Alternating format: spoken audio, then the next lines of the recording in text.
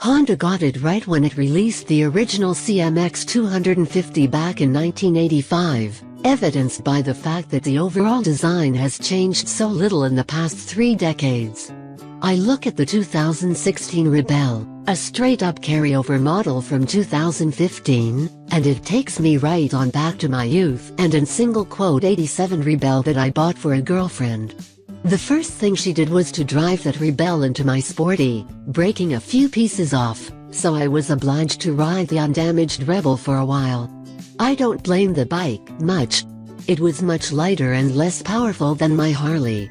Still, it was still fun to ride, and the maintenance such as valve and point adjustments were easy to perform.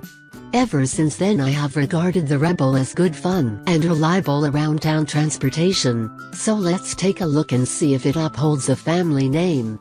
The original Rebel was meant to serve a slice of Honda's brand of Americana to a younger crowd, and that doesn't seem to have changed a bit. This little pocket cruiser sports a plethora of details inspired by the American-made cruiser market without blatantly copying any particular make or model, but instead establishes a style all its own.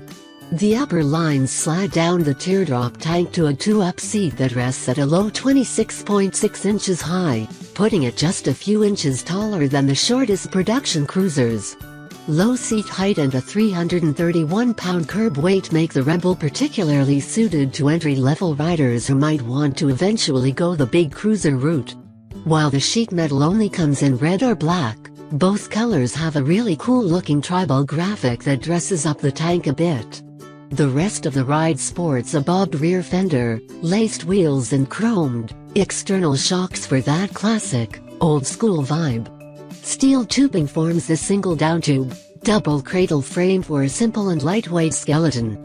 The steering head is really out there with a rake of 30.6 degrees that gives it a chopper-esque vibe, and pushes the wheelbase out to 57.1 inches with 4.4 inches of trail. Yeah, okay, inverted forks are the hot ticket right now, but they would not fit with the retro vibe of the Rebel, so Honda went with 33mm, right-side-up forks that fit the bill and provide 4.6 inches of travel. A traditional, yoke-style swing arm with external, coilover shocks supports the rear, and the shocks come with adjustable spring preload.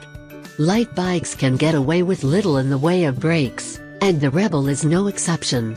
A twin-pot caliper binds a single front brake disc, and a mechanical drum brake grips the rear. I realize the drum fits the look and all, but really, I don't think throwing on a disc in back would ruin the panache. Honda runs its 234cc mill in this Rebel. The square, 53mm x 53mm, air-cooled engine aspirates through a 26mm, constant velocity carb that helps it achieve an approximate 84 miles per gallon. This mill carries features that my old '87,450 didn't. Namely an auto-adjusting, cam chain tensioner and capacitor discharge ignition that does away with regular chain and points adjustments.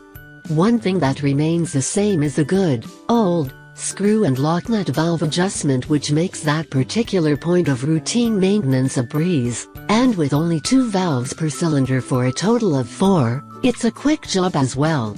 A 5-speed gearbox and chain final drive complete the running gear. As an entry-level bike, the Rebel has always had a very reasonable sticker. You can score a 2016 model in black or candy red with a 1-year, unlimited mileage warranty for $4,190. Though this ride is comparable in price and engine size to many current scooters, it's a real bike that can help build a rider's skill set for when it's time to trade up.